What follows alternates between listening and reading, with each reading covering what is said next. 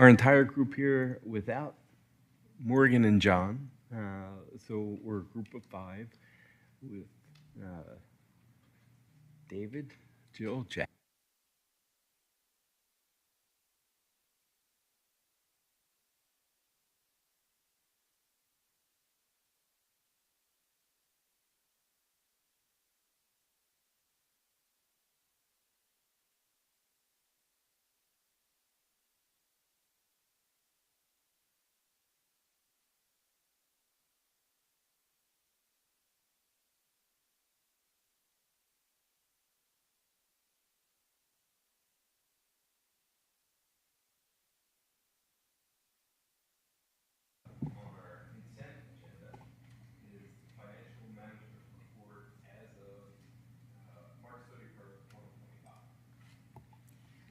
Mr. Chairman, would you mind turning your microphone on? It seems to have gone off.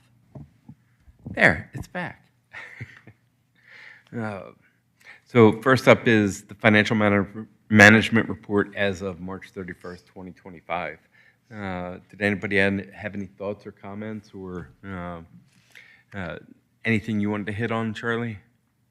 No, Mr. Chairman, with the consent agenda, if we could, all the items in there are listed through one approval of the consent agenda. Okay. And if there's, at any point, any member would like to pull something out of the consent agenda to discuss further, then there can be a motion to do so, and we can add it to the regular agenda. But as it's presented today, the consent agenda would just be for an approval of the consent agenda as a whole. Very good. So we have the financial management report as of March 31st, the minutes from the special called meeting as of May 2nd, and the minutes from the meeting of May 6th. Any motions? I move to adopt the consent agenda. Second? Second. All those in favor? We actually have the voting. If you can indicate on your screen, you should have the option to a yes or no. Nope.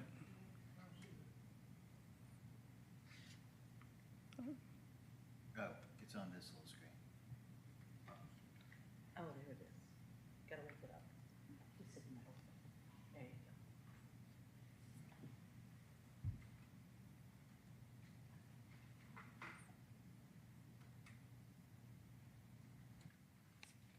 There we go. It's passed electronically. Mandy took care of things. Thank you. All right. Next up on the agenda is the conflict waiver for Holland and Knight representation of the Development Authority related to the Equifax taxable bond. Charlie, do you want to hit this, or Melissa? I had spoken with Woody or emailed with him earlier today, and he asked if I would present this for him, basically. So it's fairly self-explanatory. The gist of it is that there are other lawyers in his firm at Holland and Knight who represent Equifax or its related subsidiaries and partners in unrelated matters to the transaction that he's working on as bond counsel for the Development Authority.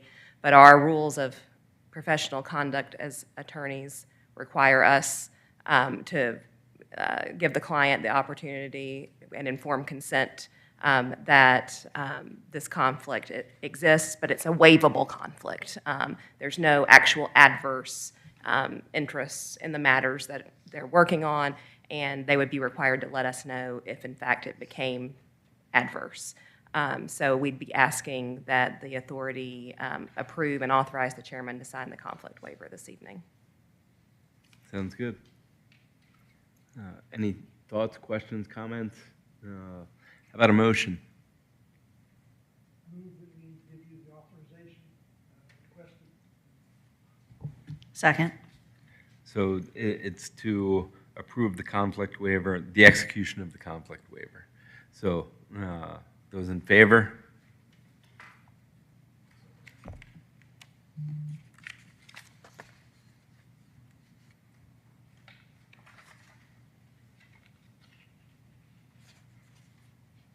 And it's passed again. Next up on the agenda is consideration of adoption of rules regarding public participation. So Charlie and Charlotte had brought up that we don't have rules. We typically don't have public here, but just in case, we want to adopt some rules. So Charlie, do you want to hit on that? Yeah, I'll start before I turn it over to Melissa. But yeah, essentially, this came up a couple months ago. We had some people in the public that weren't here related to an item that we were aware of. So it made me ask the question of what would happen if someone wanted to speak from the public at one of our meetings. And so I had a conversation with Melissa, and certainly as a public entity, it would be good to set some sort of policy that we could all be on board with and understand that would at least provide an opportunity for the public to address the development authority should someone want to do that.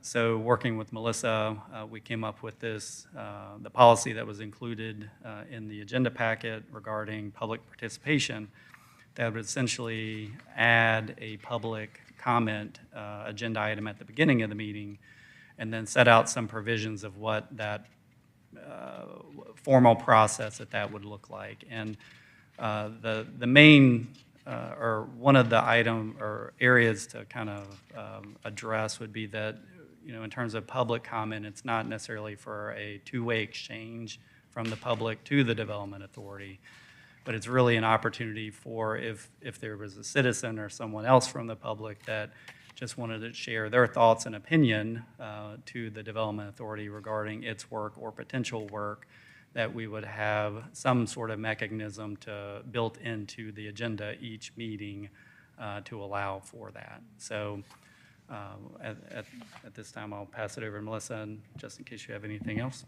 I don't really have anything else to add other than to say what we've put together is a fairly simple policy. There's a lot of different ways we could go here. I tried to keep it clean, simple. You have 1 period for public comment, 3 minutes per speaker, up to 15 minutes total. That can always be extended by a vote of a quorum of the development authority. We obviously have them lining up at the doors tonight to speak. But I do think it's important. I'm not making light of that at all, that if a member of the public wants to be heard, they should have that opportunity to be heard. Again, we kept this simple to just have that 1 period at the beginning of the meeting. You always also have the opportunity, if there's a particular item that is of great interest to the community, that you could, again, just at the beginning of your meeting, adopt a special period for public comment about a specific agenda item outside of just that general. But I thought, in consultation with Charlie, and I know that he's spoken with you, Mr. Chair, a little bit about this, that this would be the best, most basic way to get us started. But happy to answer any questions. Seems good to me. Yes. Question, if you want some information about something. So that's actually addressed in the third paragraph at the bottom, and that's quite common. Obviously, if you ever attend any city council meetings or any other type of public meeting, there's oftentimes someone who is there to give, not just give information, but is seeking information. What I usually would tell a body such as the Development Authority is that the chair is in charge of the meeting. If the chair chooses to address or answer a question, he can. What I typically would advise is that we tell the person to talk with staff after the meeting and arrange for some conduit, of exchange of information that way. Is the typical expectation, would it be that they're addressing issues that are on the agenda at that time? Well, and we did not, we could make this policy to say that you have to limit your comment to what's on the agenda.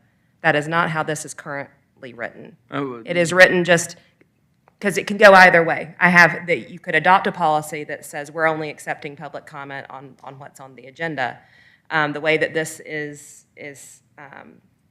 is drafted would be if somebody wants to come in here and talk to you all about, Mount Etna, erupting and give their comments for 3 minutes, they can. Again, I thought that it was not to wade too much into a policy decision that is totally in your court, not in my court. I was giving the most broad policy that we could, that I could present to you all. If that became a problem at some point down the road, we could amend it. All right, sounds good. Yeah. Would anyone like to make a motion? I move that we adopt the rules for public participation. Rules that are here. If you go. Second. So we have a second, so let's vote.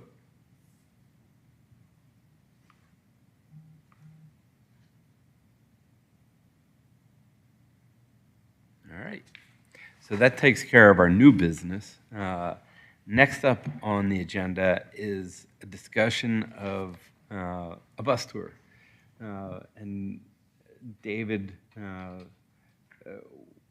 brought this issue up, and it's always good to go out and see what we've worked on, what we may be working on. So was there anything specific that anyone would like to consider putting on the bus tour?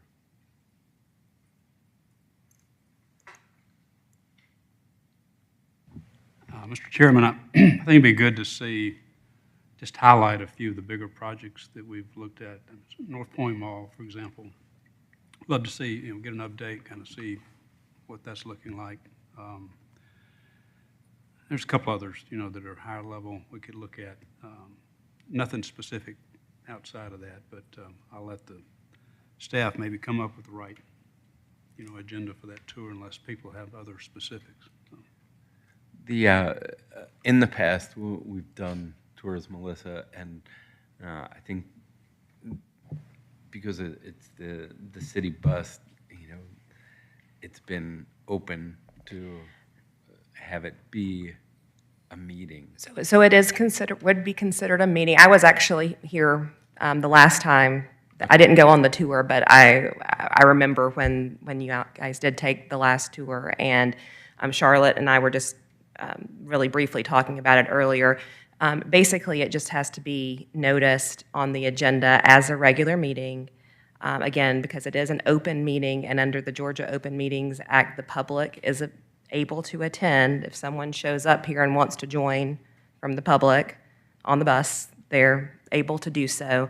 And we have to lay out a schedule on the agenda that we have to try to stick to as closely as possible, such that if it says we're going to be at North Point Mall at 6:30, from 6:30 to 7, and we get there at 6:15 and are done by 6:20, we really need to stick around.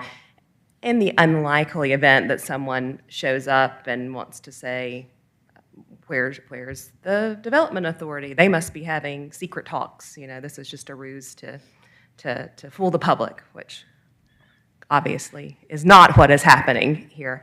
But yeah, Charlotte's been through it before, and I'm sure can just take that agenda that we used last time and modify it to whatever the site visits are for this time around.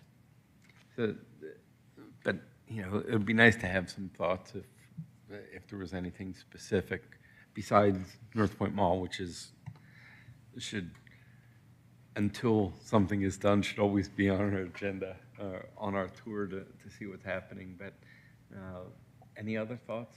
Mr. Chairman, if I could, Charlotte and I actually sat down today and came up with a list of some recent projects, and maybe if I toss some of these out to gauge some of your interest of particular projects that the Development Authority has issued bonds or abatements for that are either done or near completion. A couple of those are Continuum, so that last fall, you all issued $109 million in bonds to renovate approximately 515,000 square feet. So those renovations are nearly complete. They have their temporary certificate of occupancy. So that's one that we could likely get in and actually show you kind of the interior of what that looks like. And I think they would welcome, they're still in the mode of trying to lease out the renovated space, so any additional exposure, I'm sure they would welcome. Another one was Morgan Stanley. So those bonds were actually issued back in 2018, back when it was still E-Trade, and then through an acquisition by Morgan Stanley, they essentially gained the property, which then opened the door for them to expand last year, and they had a ribbon cutting and grand opening for that facility back in October. So that one is one that we might be able to get in and actually show you what the operations look like there. And then just some other ones. I know, Jack, you had asked the other day about the Kimball Place. So that one was a mixed use, or not a mixed use, a office, speculative office building that the Development Authority approved $45 million in bonds back in 2020. So that, as I looked at the website today, of the 130,000 square feet, they only have about 13,000 square feet, a single suite left. So that's something potential there as well. If you're not familiar with that property, it's across the street from Avalon. And then there were a couple other ones, Eden at Lakeview, which is a mixed use. You all actually toured that on the last tour back in March of 2024.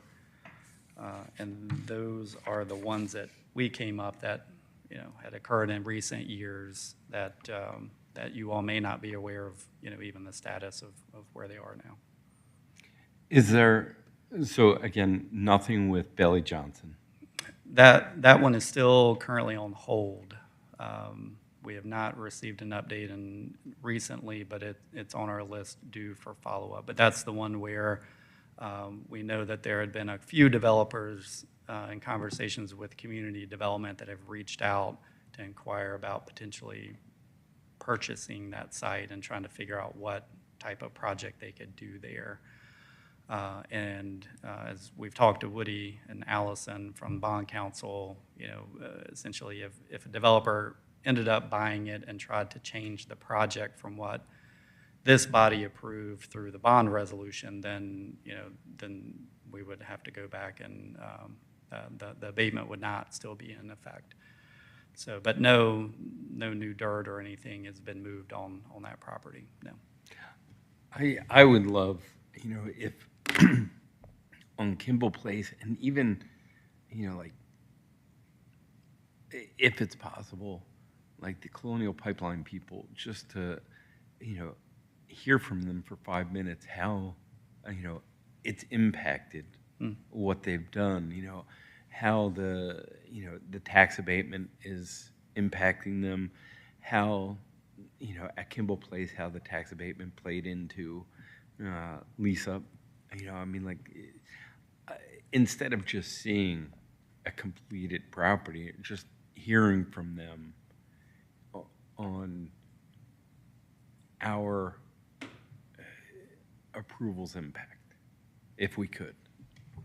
Yeah, and that could, sorry. No, John, go ahead.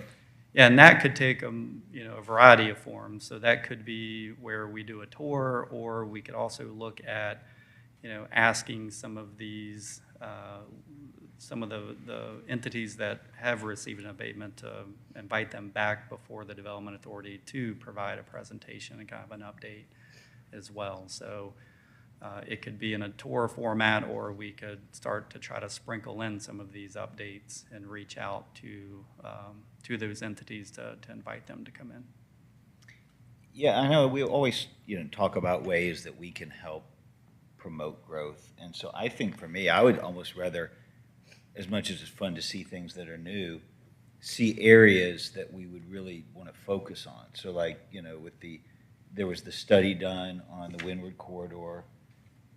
There's the Brookside. That's the one. Thank you. My mind wasn't working. And some of those areas maybe to kind of say, hey, look, here's where we are. Here's some thoughts. Here's ideas. Just to put our eyes on some of those as well. I think that might be a sort of perspective view of things would be good. Yeah. So I think there are a good few items on the agenda, and you can narrow it down based upon what we can make available. As far as North Point, since, unless something's happening, could we just have that report here? I mean, are we really, is there anything to see that's happening there? I guess is my question. Not currently, other than potentially having, we could potentially have Kathy Cook come in, because the city did just approve the North Point Framework Plan, and that's, you know, a long-range plan to try to drive redevelopment of that area in a certain direction over the next 30 years, so make it more walkable, oriented more towards the Greenway, drawing a blank on the Green, Big Creek Greenway, and so that could be, I mean, that right now is kind of the, as much as we have in terms of new projects or kind of vision in place for North Point. There hasn't been really any new development, you know, coming from the mall per se of any plans that I'm aware of, but we could certainly check in and see if there are things that they would like to share as well.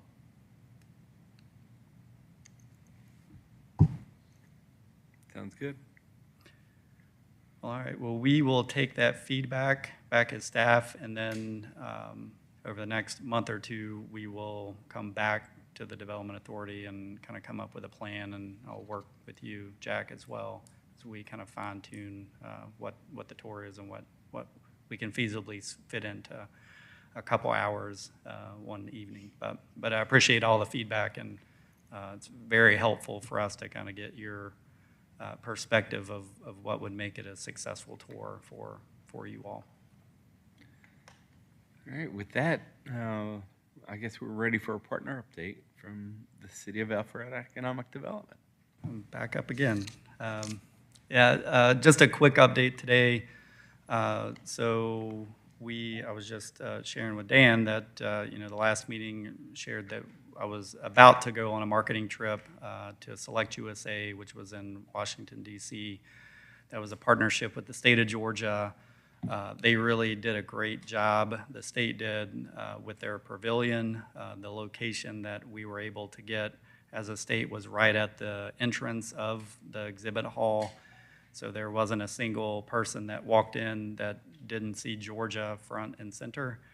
And had some good conversations there, caught up with, it's always good to connect with some of the state project managers as well, because a lot of times when companies or site selectors are looking, they will start out at the state level and then allow them to kind of work through their network within the state. So that was good. Pat Wilson, the commissioner of the Georgia Department of Economic Development, was there. Was able to catch up with him on a few things, and then, of course, had a few conversations with companies there as well, and have started follow-up on those a couple weeks ago.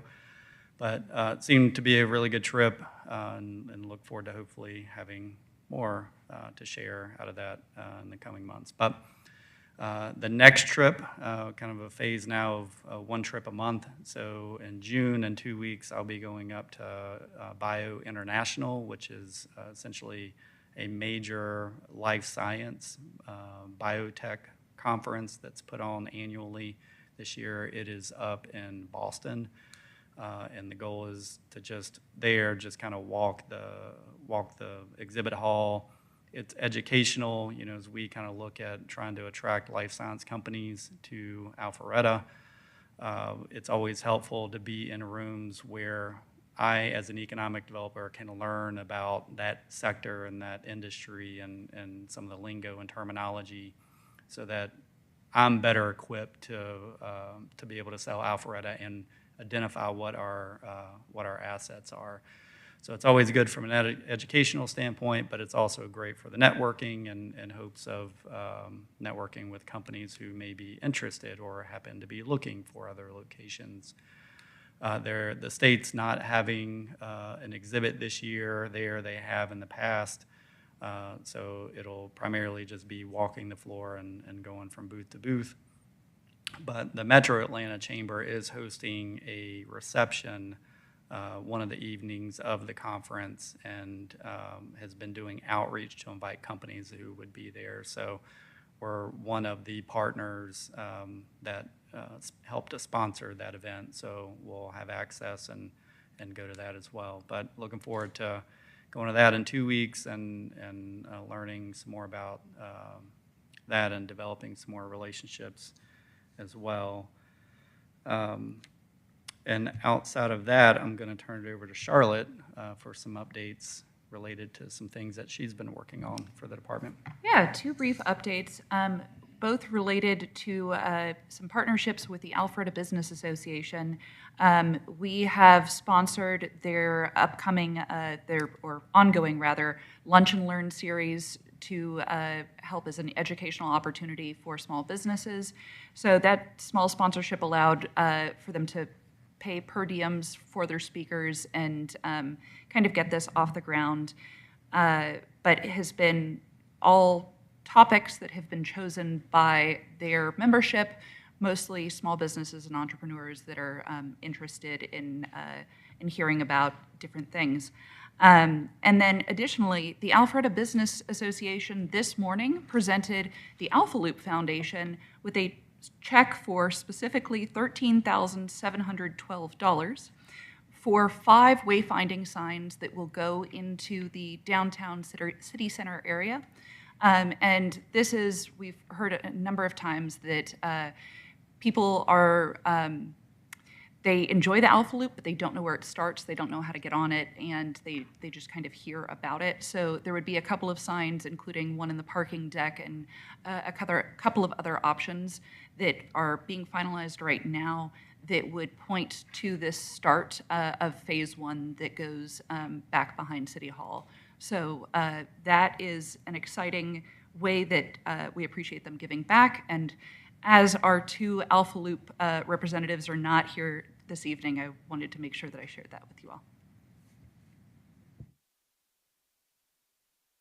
Do you all have any questions that Charlie or I could answer at this point?